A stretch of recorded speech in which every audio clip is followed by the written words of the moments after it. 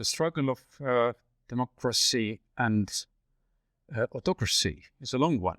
But of course, since the beginning of the war in Ukraine 2.5 years ago, many things have speeded up and many of the processes have become more sharp, more clearly defined. And of course, it does have implications also for the Southern Caucasus.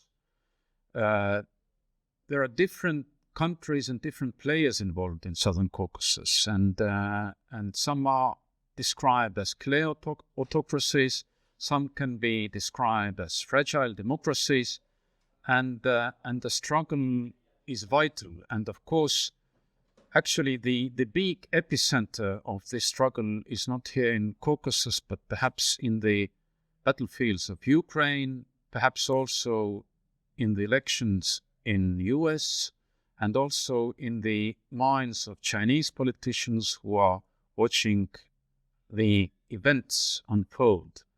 And, well, the war in Ukraine is not over. The elections in US have not taken place. And the election now, upcoming October in Tbilisi, is actually extremely important for the region, because also Armenia is so much dependent on the processes taking place in Georgia.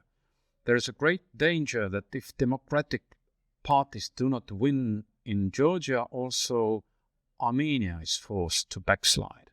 So therefore, in the global context, Southern Caucasus is not that big, but then on the other hand, it really shows the way where democracy is standing and to which extent autocracies can be on advance. So we're very much looking forward to the elections in Georgia, and hopefully democratic, EU-minded, compromise-minded political forces will prevail.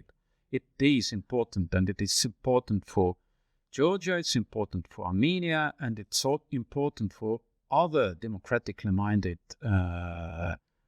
countries, political forces, and I'm coming from Estonia, and we have paid a lot of political and economic attention to this area, and it would be a great disappointment for our country and for EU, because EU has also invested political will and finance into this area. So actually the election process here in Georgia is bigger than only a single country election event.